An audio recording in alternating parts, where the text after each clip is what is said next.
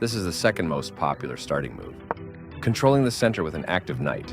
Building a strong center by attacking it with another pawn. Black opens up a line for the dark-squared bishop and prepares to castle quickly. While preparing to push a pawn to the center, white develops toward the center. d5 takes space in the center, attacks the c4 pawn, and helps control the e4 square. White develops the knight and attacks the center. Bishop e7 develops the bishop, supports the knight on f6, and prepares castling. Bishop f4 develops the bishop toward the center and controls the e5 square. Castling gets the king out of the center and activates the rook. e3 allows the light-squared bishop to develop and supports the d4 pawn.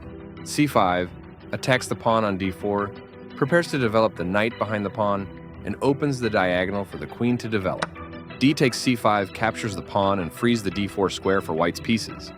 Black develops the knight and attacks the center. With this move, white is now ready to castle on the queen side. This pins a knight to the king. Very precise. That was a free pawn. This move takes away black's chance to open the center. This moves the bishop to a more active square, making it gain scope. This is a book move, meaning it follows established opening theory. The best option was to kick a bishop. This permits the opponent to force an isolated pawn. With this move, white is now ready to castle on the king side. The game was close to balanced, but now black is worse.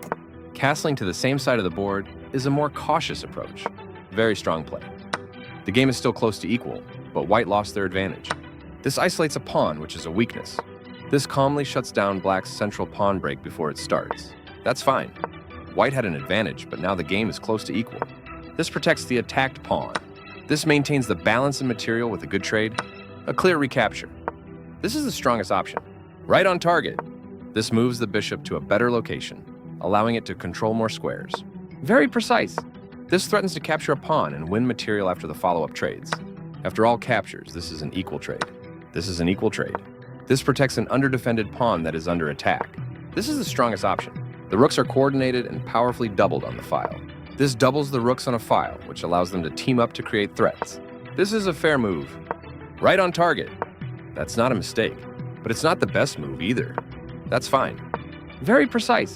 White opens the diagonal for the bishop, increasing its activity. This is a fair move. There were worse moves, but also something much better.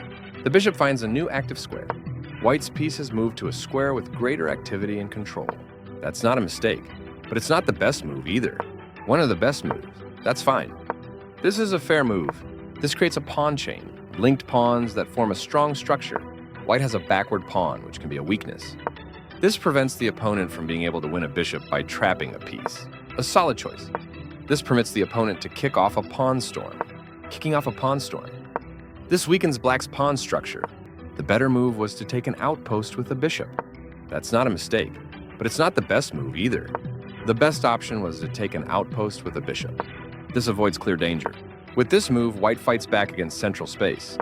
The best option was to move a bishop to a more active position. That pawn was free for the taking. The better move was to move a queen to a more active position. The rook is now on an open file, which helps control squares across the board. This leads to losing a queen. Capturing while sacrificing the rook was the right idea. A straightforward recapture. White will be winning a queen with that fork. This calmly removes the queen from an immediate threat. This is the strongest option.